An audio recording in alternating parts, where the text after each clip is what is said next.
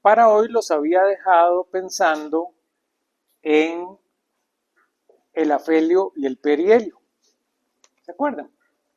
La idea era que pensaran en la órbita como tal.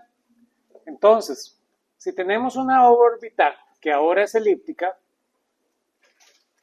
que vimos que no tenía por qué hacerlo, vean que en toda elipse podíamos ver varias cantidades. La primera que les había contado es el eje mayor, el semieje mayor y el semieje menor. Entonces, si usted ahora tuviera aquí el centro de la elipse, ustedes pueden tener estas dos cantidades. A la menor se le llama A la mayor se le llama, perdón, a la menor se le llama B, a la mayor se le llama A. Ya habíamos dado numéricamente cuánto iban a valer. Entonces, hay otras cantidades que ya hablamos. Por ejemplo, está la excentricidad de la elipse. Solemos llamarle con un épsilon, ¿verdad? Eso viene de las matemáticas. O a veces con una E también ustedes lo ven escrito. Interesantemente, la excentricidad de la elipse es una cantidad que se define como C entre A, donde este es este A. Esta cantidad C es muy interesante. Esta cantidad C es ahora pensar yo en qué pasaría con esta distancia. La distancia que hay del centro al foco.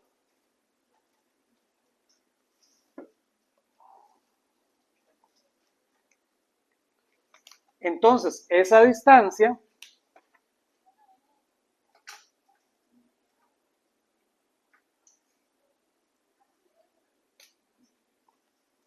es la que yo llamo C.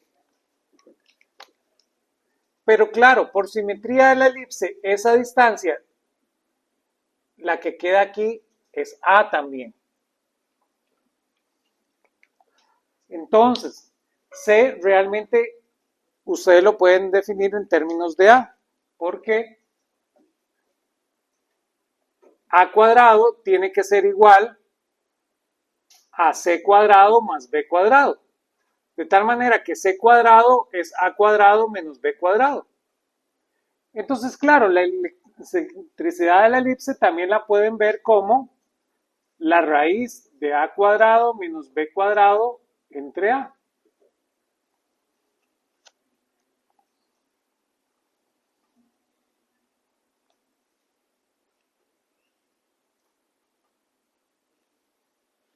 Y ahora habían estas otras dos cantidades, que era el afelio y el perihelio.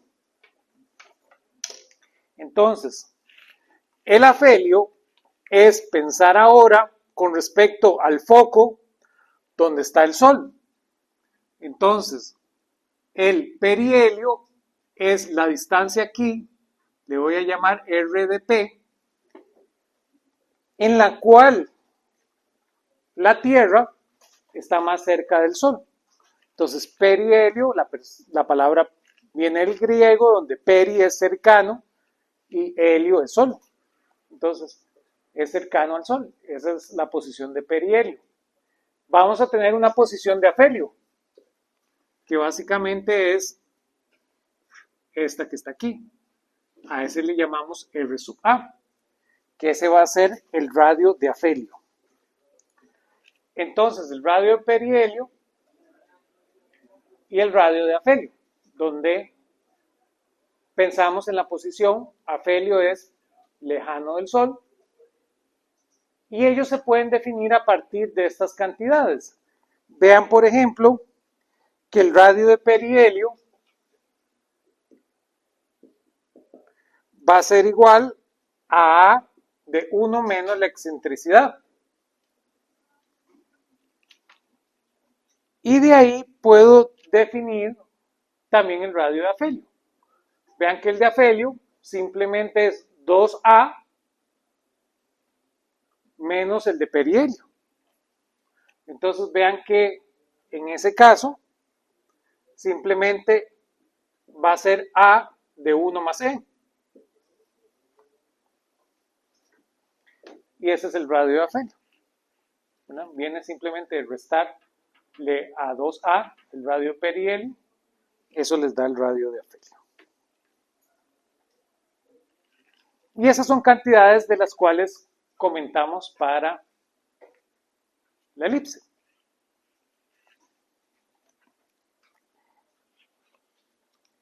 Que como vimos es un caso particular de resolver aquella integral que nos daba la ecuación de movimiento. Ya ahora necesitamos llegar a la tercera ley. Tenemos que demostrarla con todo lo que sabemos. Estas cantidades son importantes para la tercera ley, ¿sí? Entonces veamos con cuidado.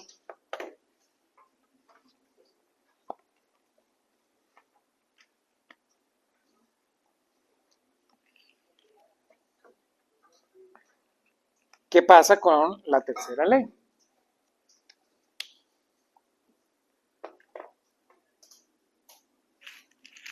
Entonces, hablemos de la tercera ley.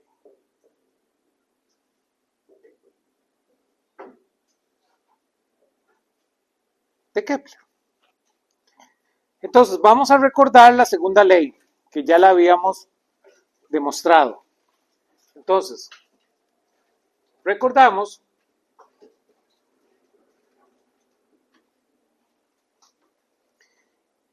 la segunda ley.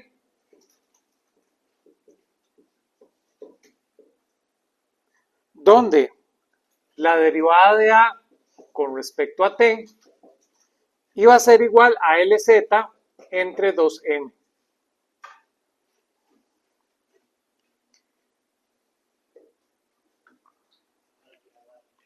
Donde ya habíamos visto que LZ lo obteníamos del hecho que M R cuadrado, el ángulo punto, es igual a LZ.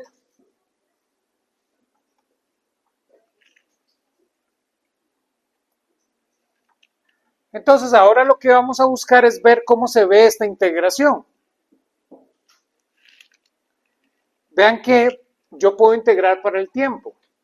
Entonces esto implica que la derivada temporal va a ser igual a 2M entre LZ por el diferencial de A.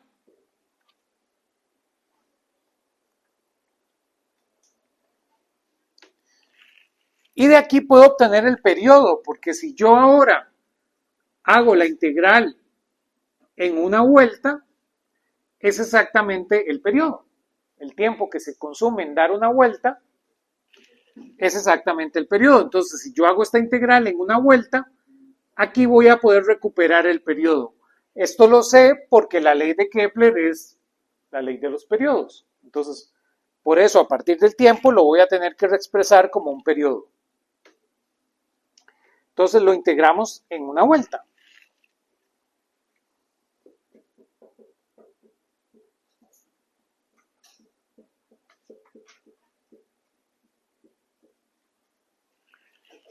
Si hacemos la integral en una vuelta, yo voy a tener que el periodo va a ser igual a la integral de 2M entre LZ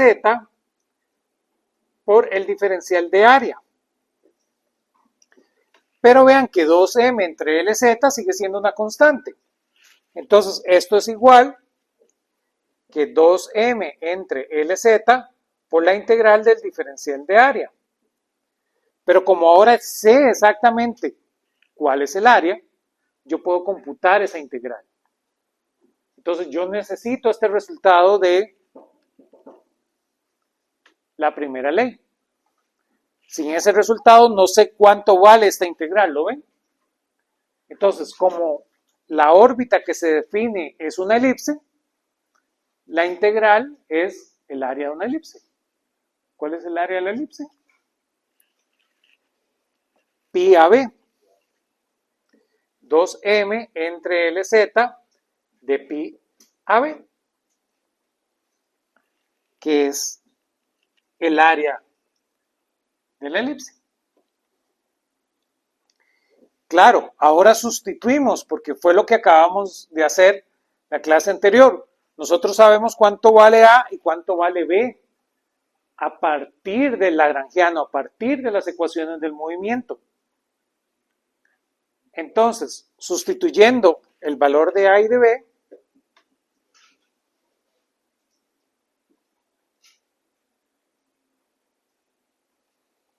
voy a obtener algo que se parece más a la tercera ley.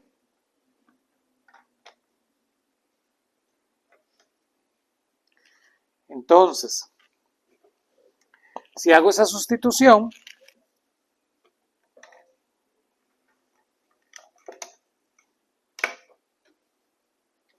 voy a borrar por acá.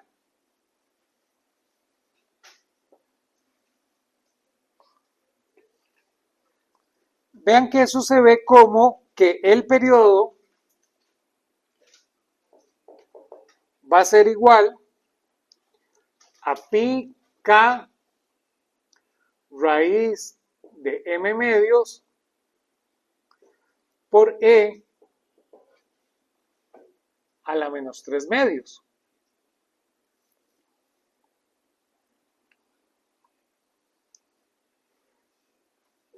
Y eso nos va a dar el periodo. Claro que para poder obtener la tercera ley nos sirve escribir el periodo a partir del valor de A.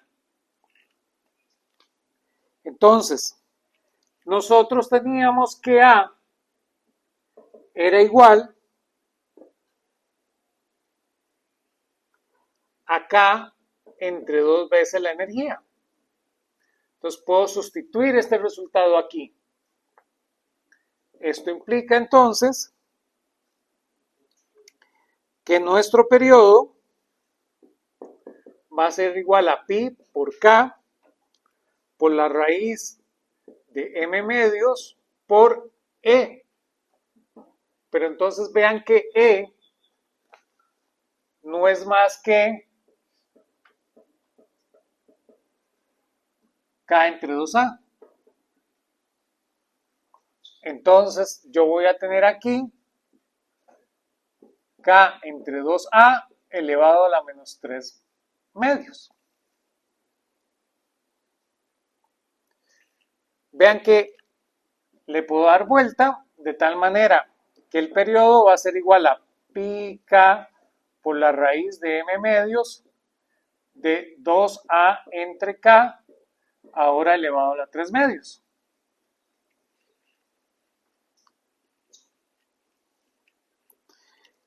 Ahora elevo al cuadrado a ambos lados para quitarnos el medio. Entonces, esto da que el periodo al cuadrado va a ser igual a pi cuadrado k cuadrado de m medios ahora de 2a entre k elevado a la 3.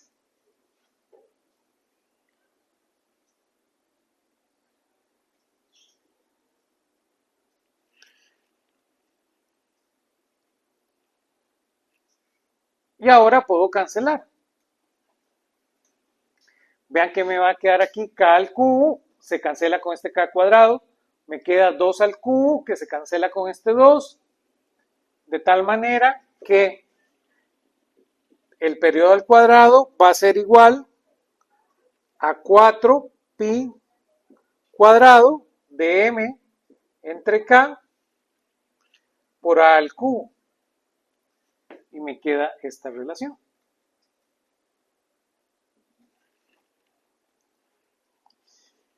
Esa relación es la tercera ley de Kepler, que era lo que ocupaba demostrar.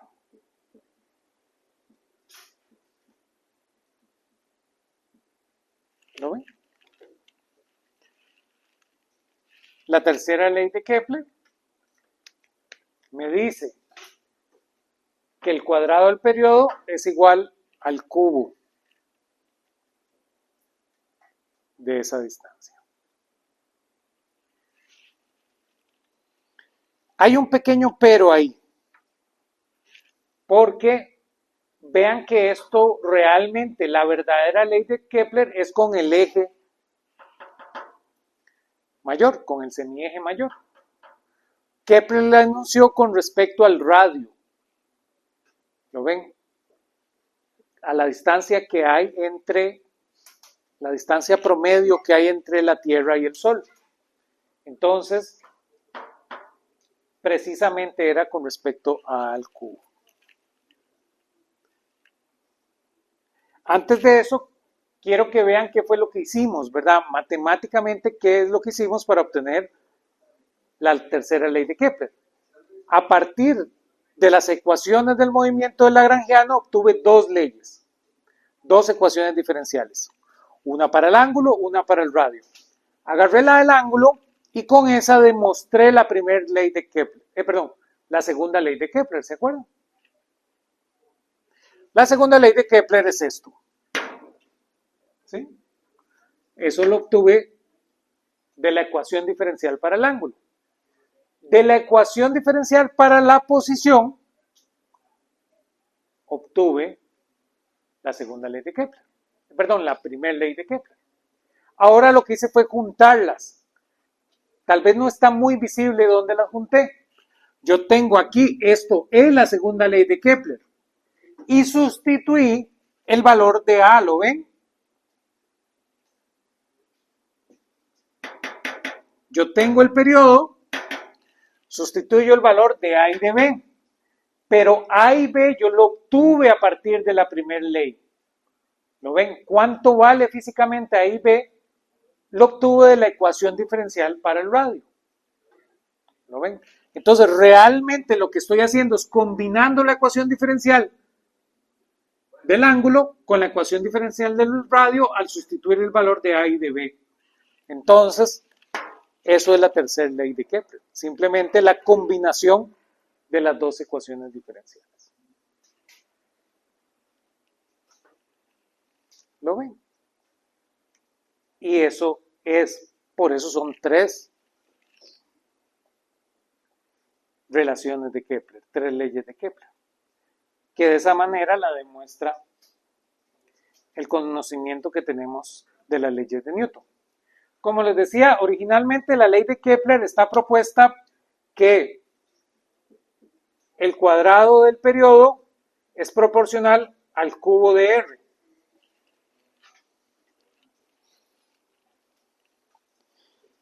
Y también tenemos que recordar que en esta ecuación M, realmente la masa es reducida. Entonces M va a ser M1 por M2 entre M1 más M2.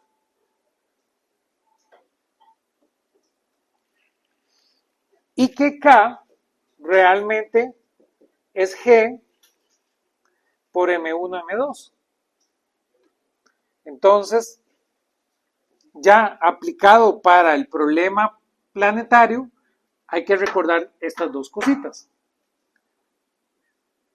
que fueron dos reducciones que vimos a través de el problema de dos cuerpos. Entonces, de forma precisa, la tercera ley de Kepler la expresamos como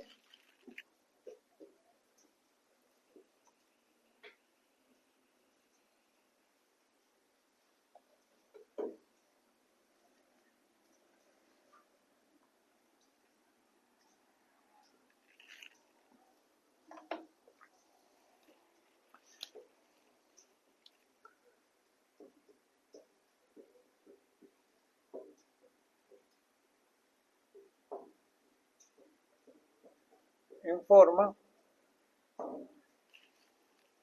la expresamos como que tau cuadrado va a ser igual a 4 pi cuadrado de A al cubo de G de M1 más M2.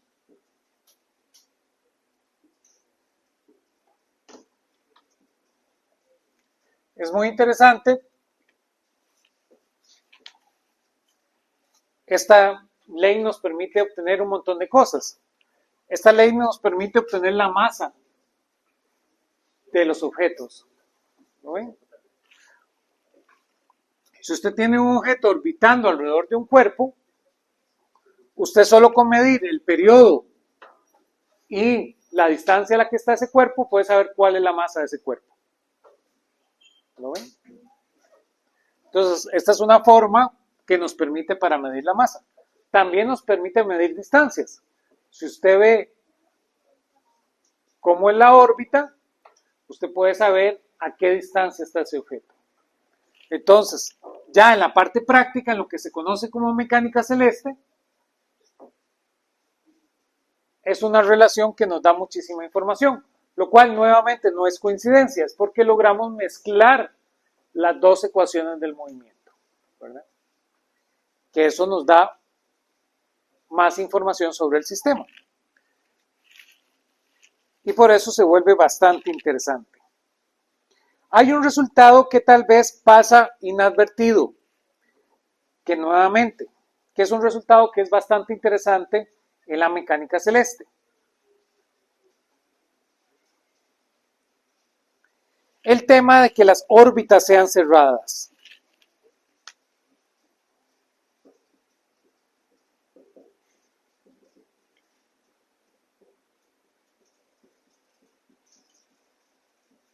Esta es una restricción muy fuerte del sistema.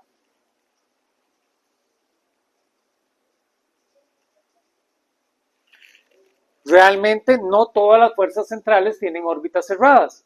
Entonces, en la práctica, no todas las fuerzas centrales producen esta ecuación.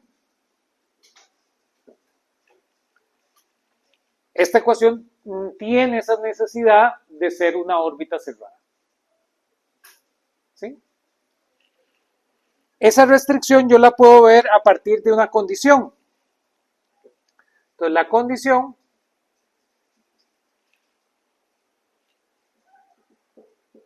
sería que el delta de Barfi tiene que ser igual a 2 veces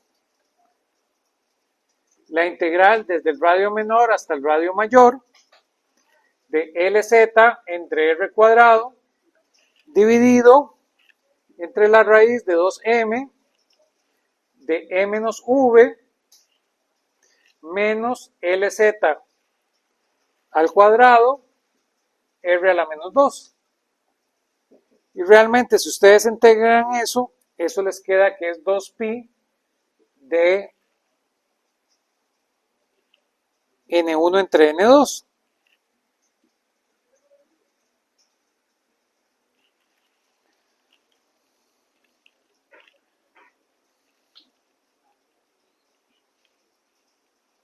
Entonces, la idea es que después de N2 periodos,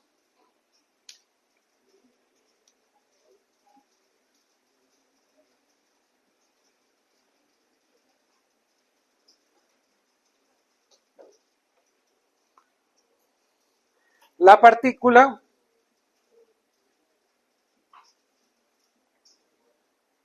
completa N1 vueltas. Si eso es así, la órbita es cerrada.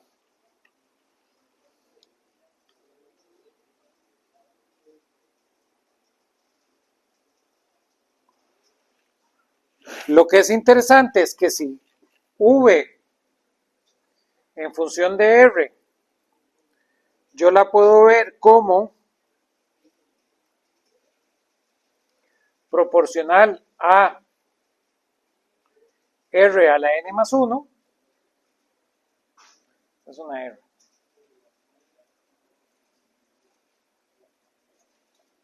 Si yo la puedo ver proporcional a eso,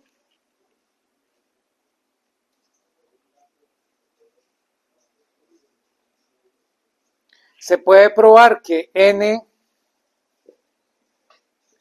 igual a menos 2 y N igual a 1 admite órbitas cerradas no circulares. Que eso es bastante interesante, ¿verdad? Usted podría tener órbitas no circulares que sean cerradas. Entonces, ese es un resultado que nos da órbitas irregulares que siguen siendo cerradas.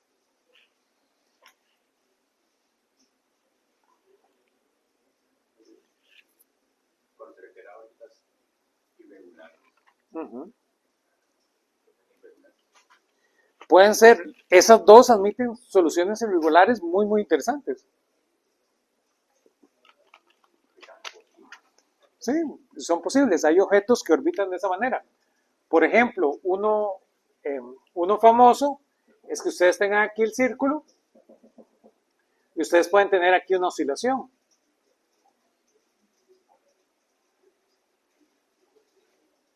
Y lo interesante es que termina siendo cerrada.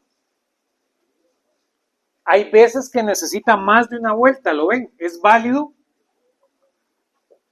dar más de una vuelta para lograr cerrarse. También pasan estas irregulares, a veces necesitan varias vueltas para ser cerradas. Esto es interesantísimo, ¿verdad? Porque eso es lo que hace entre saber si algo es un cometa, ¿se acuerdan? O ese algo es un satélite. Entonces siempre está la pregunta, porque usted necesita esperar periodos y a veces esos periodos son de muchos años. Entonces usted no puede saber si es un cometa o es un satélite. También esa es la razón por qué hay ciertos planetas que dudamos, ¿se acuerdan? Si son planetas o no.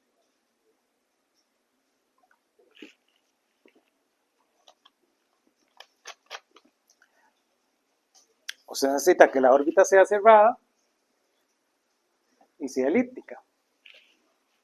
Entonces, eso nos da ahí toda esa relación. Todos conmigo.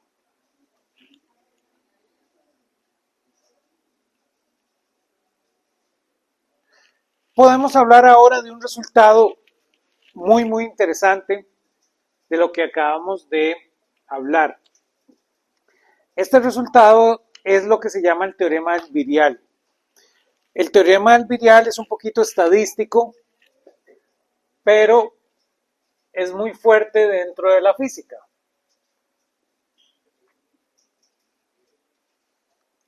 Y es un excelente momento para mencionarlo.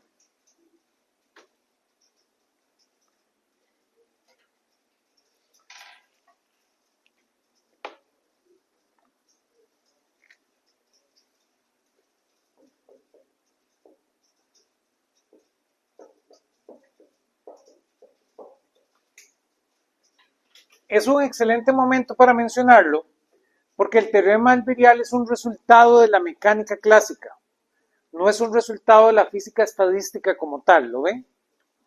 Entonces, tiene mucha significancia en la física estadística, pero nos permite tener muchísima información de los sistemas y por eso se vuelve tan interesante ya cuando ustedes quieren aplicar estos conocimientos. Estamos pensando en un sistema de partículas.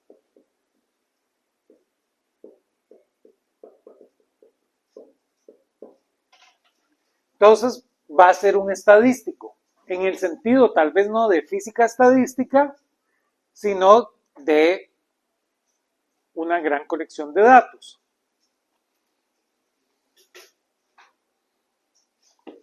La idea es que en ese sistema de partículas, que es lo que vamos a entrar a ver en el siguiente capítulo, vamos a tener un vector R sub i, que ese vector indica la posición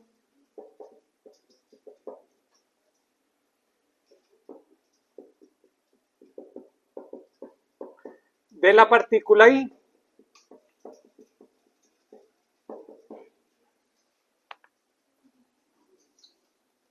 Entonces, si yo ya puedo elaborar un vector posición, puedo elaborar un vector fuerza.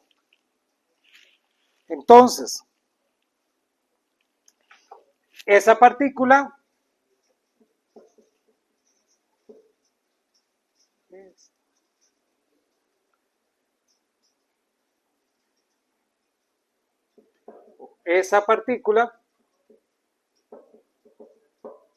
está sujeta a que F sub i va a ser igual entonces a P sub I punto vector.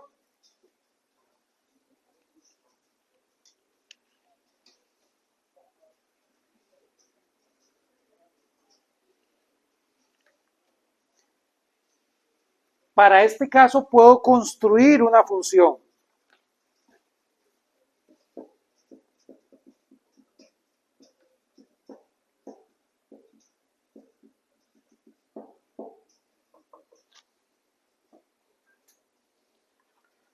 Una función g que la voy a definir como P sub I punto R sub I.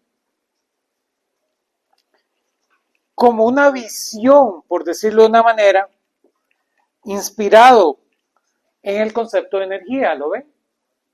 Entonces, en el concepto de energía, la energía era una fuerza por una distancia.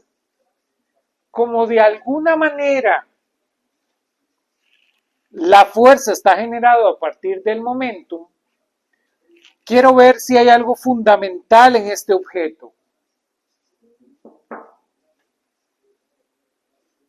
Ese objeto es fundamental en el hecho de la colección de varios objetos particulares. No es interesante en la física de una sola partícula. En la física de muchas partículas, este objeto sí tiene alguna significancia.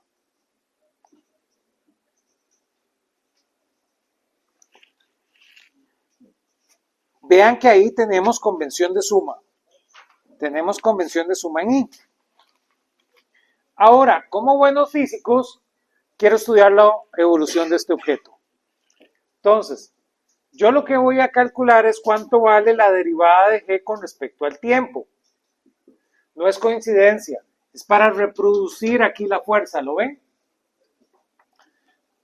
Entonces, si hago esa derivada me va a quedar la derivada de P sub I vector con respecto a t punto R sub I vector más P sub I vector punto dr sub I vector de t.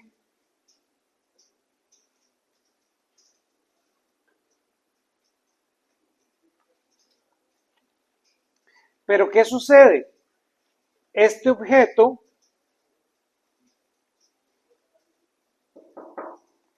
nosotros ya más o menos lo conocemos. Entonces, vean que esta relación implica que la derivada de g con respecto a t va a ser igual entonces, esto es la fuerza.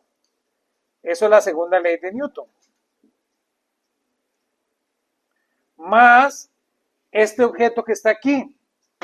Pero vean que este objeto que está aquí es m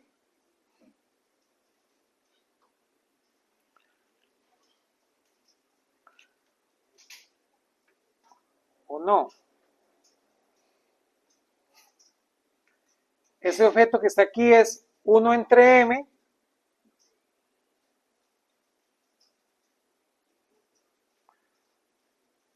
por P sub I punto m de R sub I de t. Pero este objeto también es P, ¿lo ven?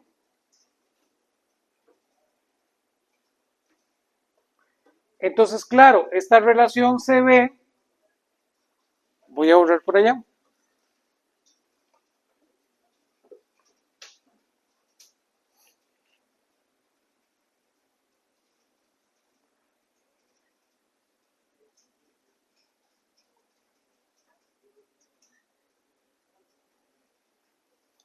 de la siguiente forma.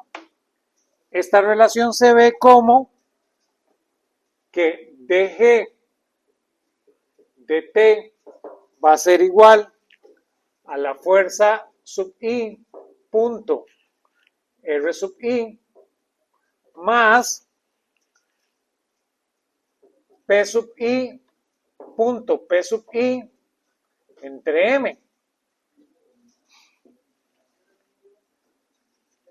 Pero aún este otro objeto yo lo conozco. Yo sé que la energía cinética, ¿se acuerdan? Es P cuadrado entre 2M. Entonces, este objeto es la energía cinética.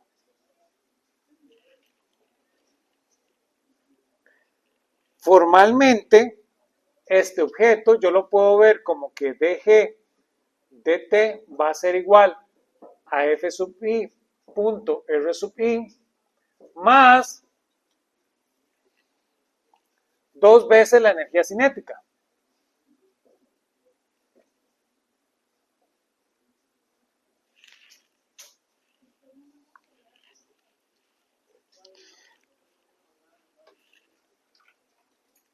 Ahora pensemos en qué pasa con una cantidad promedio.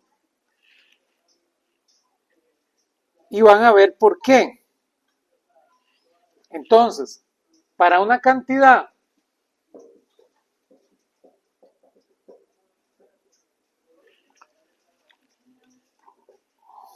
arbitraria,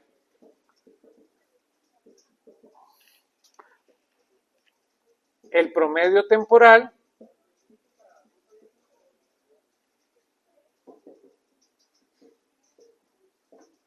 lo construyo como A definido 1 entre el periodo por la integral de 0 del periodo de A de t.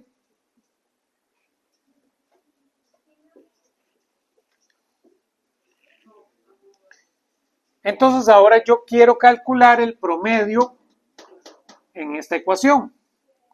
Vean que el promedio en esa ecuación me da que el promedio de g de t tiene que ser igual entonces al promedio de f sub i punto r sub i más el promedio de 2 veces la energía cinética.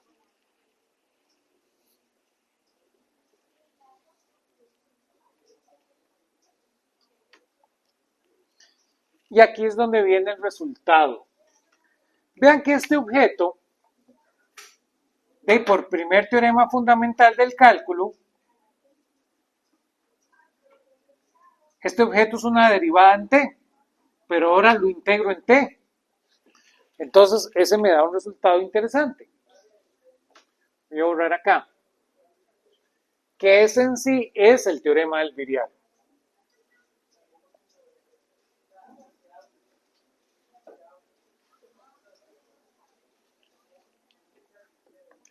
Vean qué sucede entonces. Que 1 entre el periodo, abro paréntesis, va a ser g evaluado en t menos g evaluado en 0.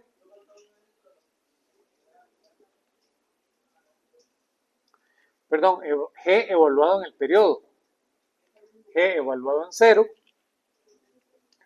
va a ser igual entonces a el promedio de f sub i, r sub i, más el promedio de 2 veces la energía cinética.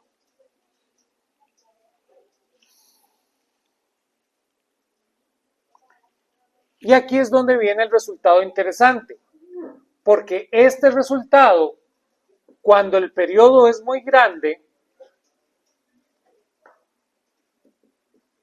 ¿lo ven?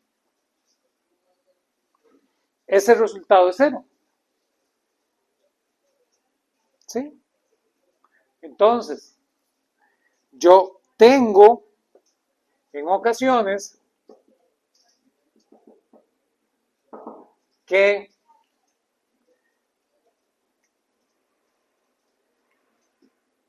el promedio de la energía cinética es igual a menos un medio del promedio de f sub i punto r sub i.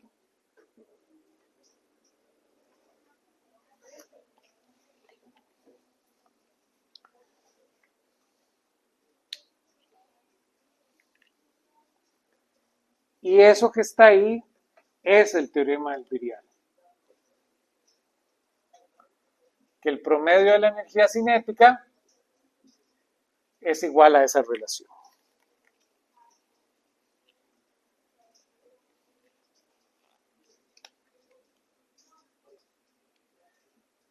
A este resultado se le conoce como el teorema del virial. Fue encontrado realmente por Rudolf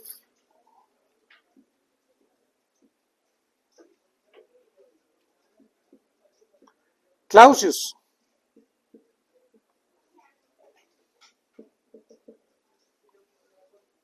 Quien vivió entre 1822 y 1888. El mismo de la termodinámica. Él es considerado uno de los fundadores de la termodinámica.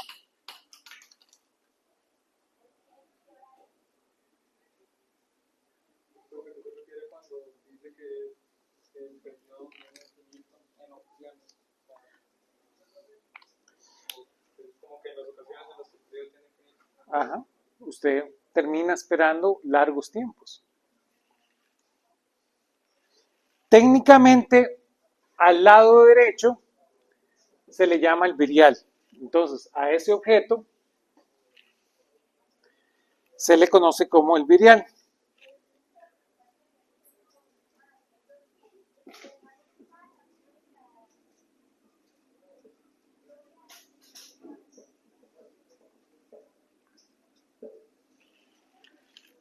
¿Qué es esa cantidad?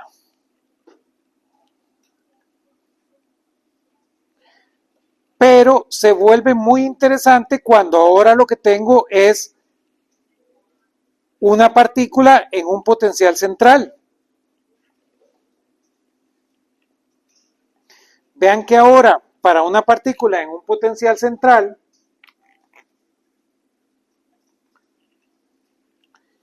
yo sé que V de R lo puedo ver como una constante por R de n-1.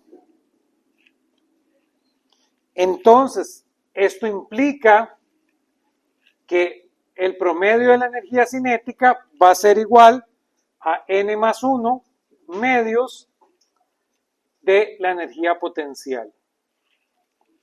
Entonces, para nuestro viejo caso,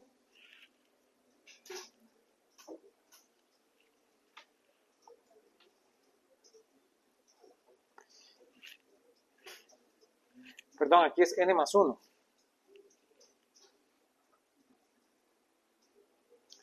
Para nuestro viejo caso, el n igual 1, vean que el teorema del virial implica que el promedio de la energía cinética es igual al promedio de la energía potencial. Y para nuestro otro caso, el n igual a -2, este caso implica que la energía cinética es igual a -1/2 de la energía potencial para mi fuerza central.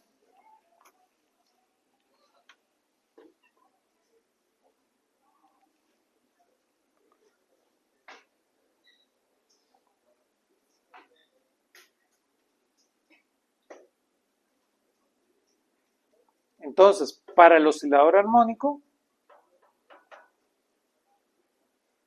la energía cinética promedio es igual a la energía potencial promedio. Para el caso gravitacional, la energía cinética es igual a -1/2 de la energía potencial. Para un sistema de muchas partículas. Y esto nos permite hablar del tema de estabilidad,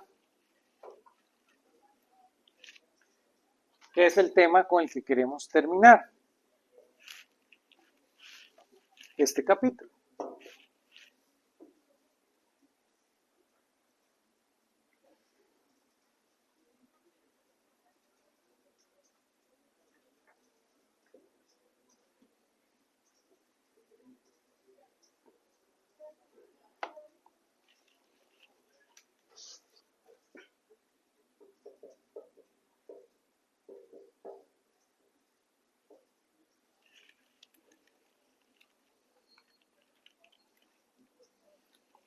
Sabemos que pequeñas perturbaciones, ustedes ya son expertos en ese mundo, producen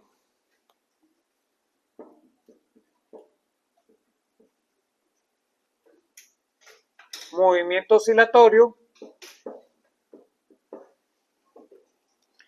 alrededor del radio del equilibrio.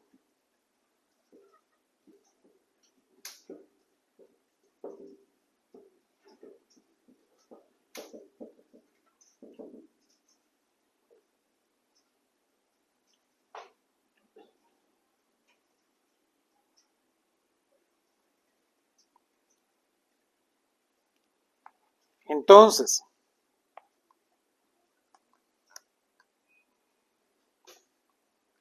vamos a terminar derivando, como aquí ocurre una oscilación, vamos a terminar calculando una frecuencia. Pero esa frecuencia no es la frecuencia de Kepler. Esas son dos cosas distintas. Ustedes tienen el caso del equilibrio, que el caso de equilibrio es la oscilación de Kepler.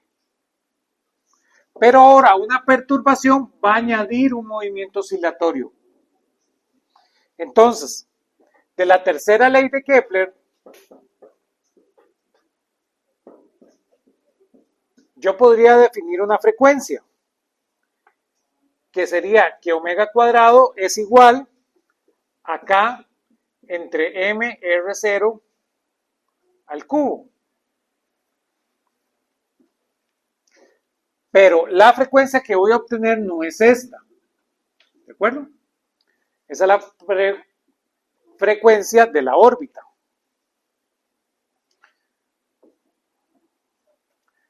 Ahora vamos a encontrar una frecuencia que es la frecuencia de la perturbación.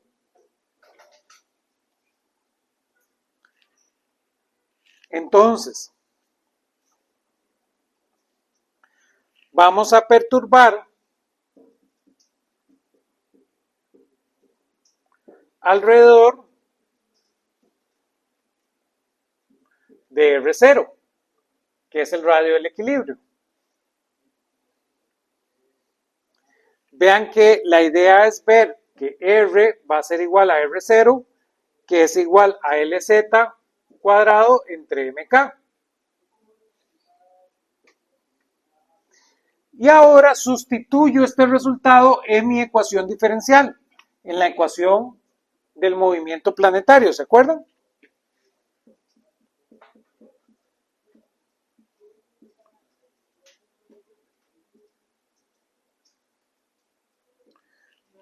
Si veo ese resultado me va a dar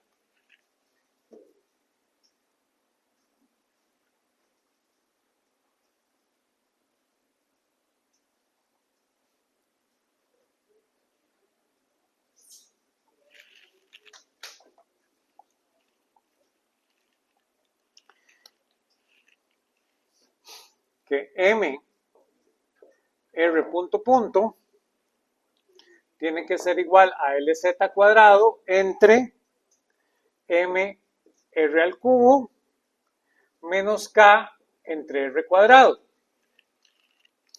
Pero ahora sustituyo la perturbación. Eso es hacer esta cantidad. Que R sea igual al radio del equilibrio más una perturbación que le voy a llamar delta.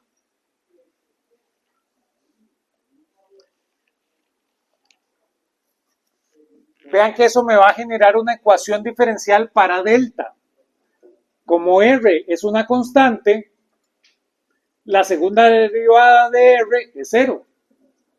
Entonces, esto me va a volver la ecuación diferencial, una ecuación diferencial para delta. Entonces, si sustituyo eso, vean que me va a quedar M de delta punto punto va a ser igual a LZ cuadrado entre M de R0 más delta elevado al cubo menos K de R0 más delta elevado al cuadrado. Ahora me voy a aprovechar de como delta es una pequeña perturbación, estas series yo las conozco. Entonces sustituyo este resultado por una serie. De tal manera que mi ecuación diferencial se ve de la siguiente forma. Que m delta punto punto va a ser igual entonces a menos 3 delta de R0 de L z cuadrado entre m R0 al cubo más 2 delta entre R0 de K entre R cuadrado más términos de órdenes más grandes a delta entre R0 al cuadrado.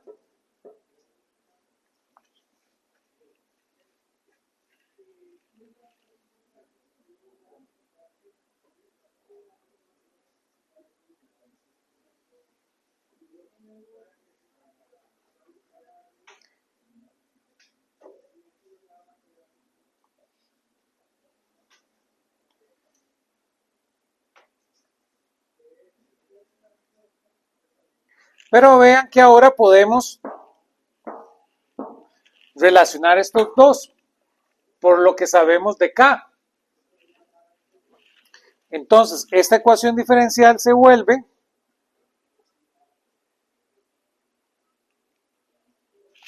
que m delta punto punto va a ser igual a menos K entre R0 al cubo por delta. Y esa ecuación diferencial la conocemos. Esa es la ecuación diferencial de una oscilación. Es decir, esto implica que delta punto punto más K entre m R0 al cubo por delta tiene que ser igual a 0. Esto implica que omega cuadrado, para no confundirlo con este omega, va a ser igual a K entre m R0 cuadrado. Pero termina siendo igual a omega.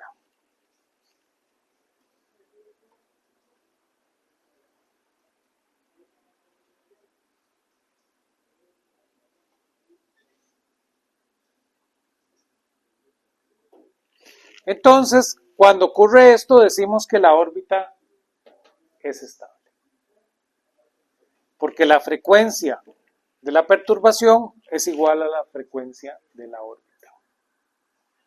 Todas las fuerzas centrales tienen soluciones de órbitas circulares, pero no todos los casos son estables, ¿lo ven?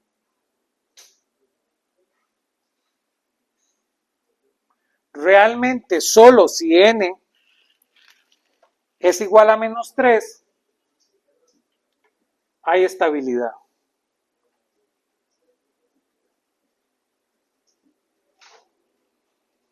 Pensando en f de r como menos k entre r a la n. Entonces solo para n menores a 3 mi órbita da estable. Y eso es un poquito de la estabilidad de las órbitas.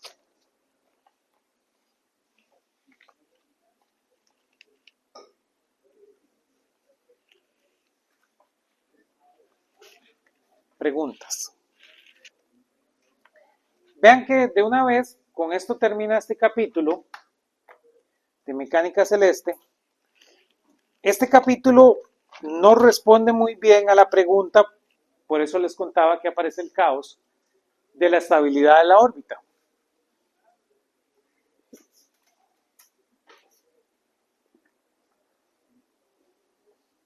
No lo responde muy bien, porque claro, esta órbita es estable a pequeñas perturbaciones. Pero la pregunta es que ¿Qué pasa con tiempos largos? ¿Qué significa una pequeña perturbación en tiempos largos? ¿Lo ven? Esta ecuación diferencial, estoy haciendo una aproximación. ¿Cómo se ve la estabilidad cuando no hago esta aproximación? Ese era un problema muy difícil de resolver. Ese es el problema que casi resuelve Poincaré. Poincaré dice, así se resuelve. Yo no lo puedo resolver, pero así se resuelve. Ya ustedes tienen el aspecto.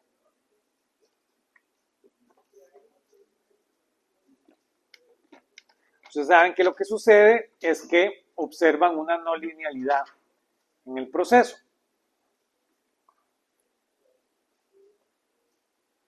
Y por eso pierden predicción. Lo que estamos seguros, y esto se encuentra en los años 60, ya con las computadoras, es que la órbita es estable para tiempos muy, muy largos. Se necesitan tiempos exageradamente largos para que deje de ser estable la órbita del sistema Sol-Tierra. Y por eso ahora podemos investigar otras cosas. Todo el esfuerzo en ese momento estaba en poder llegar a un resultado de esto. Porque podría ser que la Tierra mañana dejara de dar vueltas alrededor del Sol y entonces ya no sale el Sol mañana. Simplemente el planeta Tierra seguiría a la deriva. Hoy en día sabemos que eso no va a ocurrir, sino hasta dentro de más tiempo de lo que tiene de existir el universo. Y el universo tiene muchísimo tiempo de existir. ¿Sí? Los humanos son muy malos para medir grandes números, pero, por ejemplo, ese día no va a llegar ni los hijos de sus hijos, de sus hijos, de sus hijos, de sus hijos, de sus hijos, ni tantas generaciones como existen a partir del primer ser humano, a la existencia de ustedes ha pasado como para el día que la órbita va a dejar de ser estable. Algo muy interesante es que el Sol va a dejar de funcionar antes de que esto ocurra. Entonces, hay mucha discusión de qué va a pasar con el Sol. Ustedes han escuchado, hay dos caminos. El Sol se puede volver una gigante roja, que hoy en día, cada día que pasa, los astrónomos están como lejos de esa idea. Hoy en día más bien se piensa que se va a volver una enana café. Entonces está muchísimo en discusión. Pero al fin y al cabo, el Sol va a dejar de funcionar antes de que esto pase. El tema es que si se vuelve una gigante roja, puede ser que el Sol se coma la Tierra.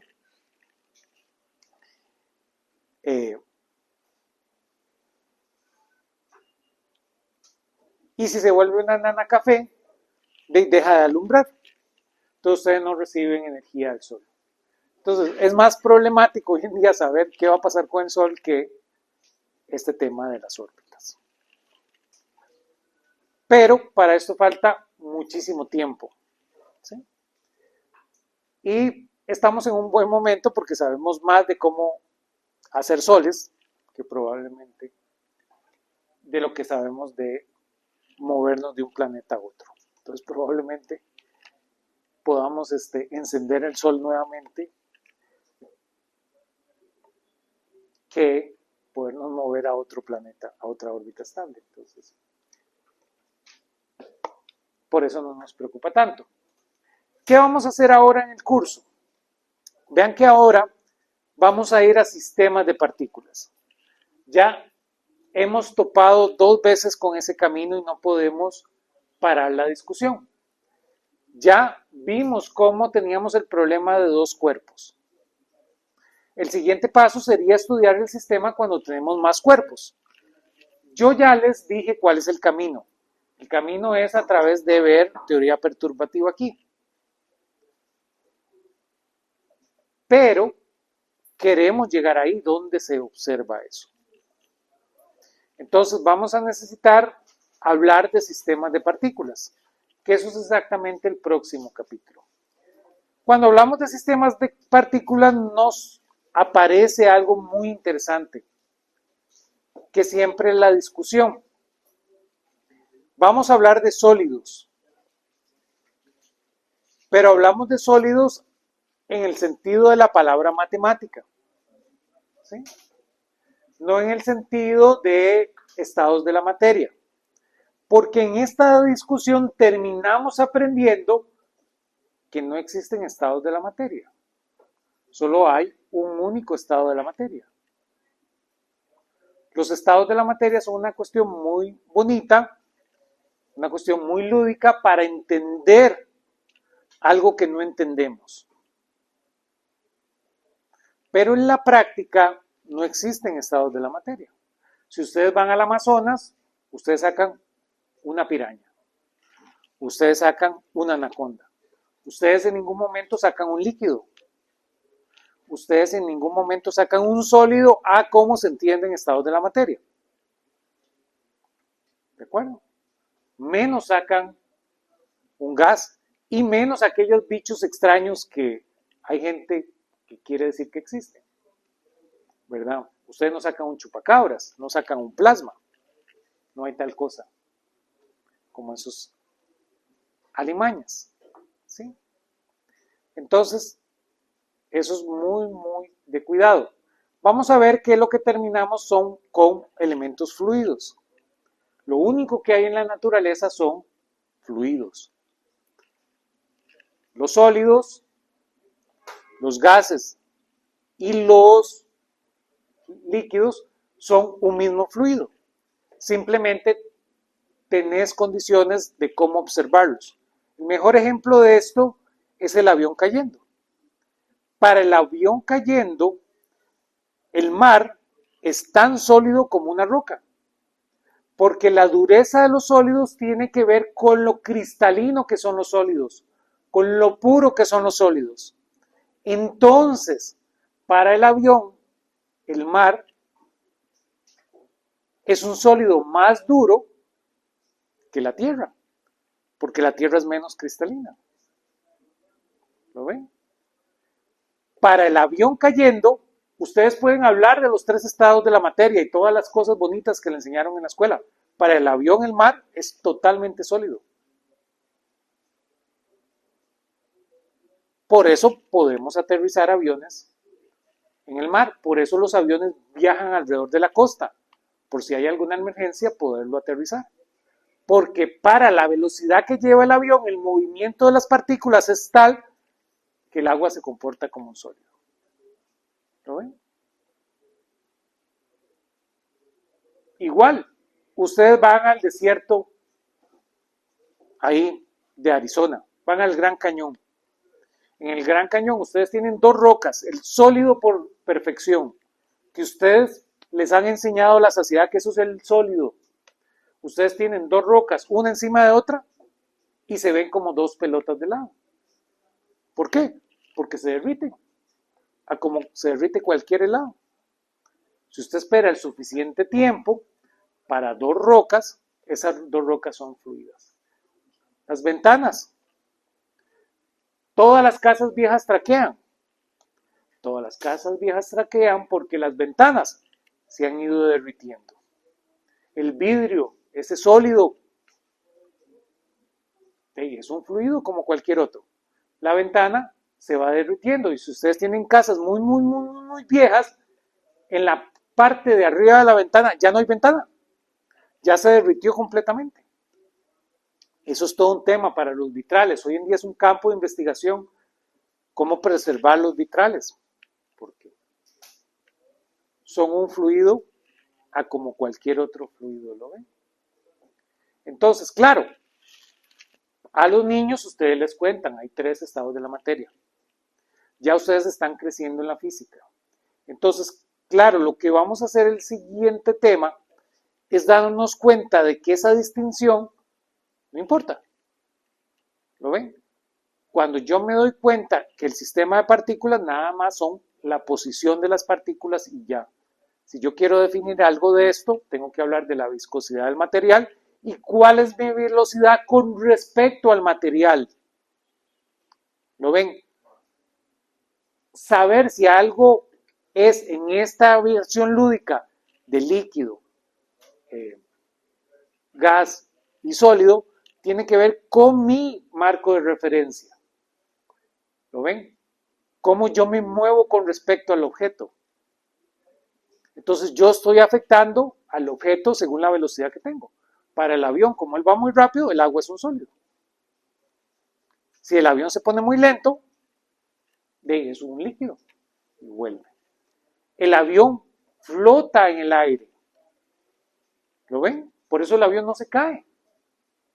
La física dice, esto es una ley de la física, esto es totalmente, por eso no se caen los aviones, ¿lo ven? Hemos logrado ir un paso más allá, estamos aplicando un hecho cierto de la física al movimiento.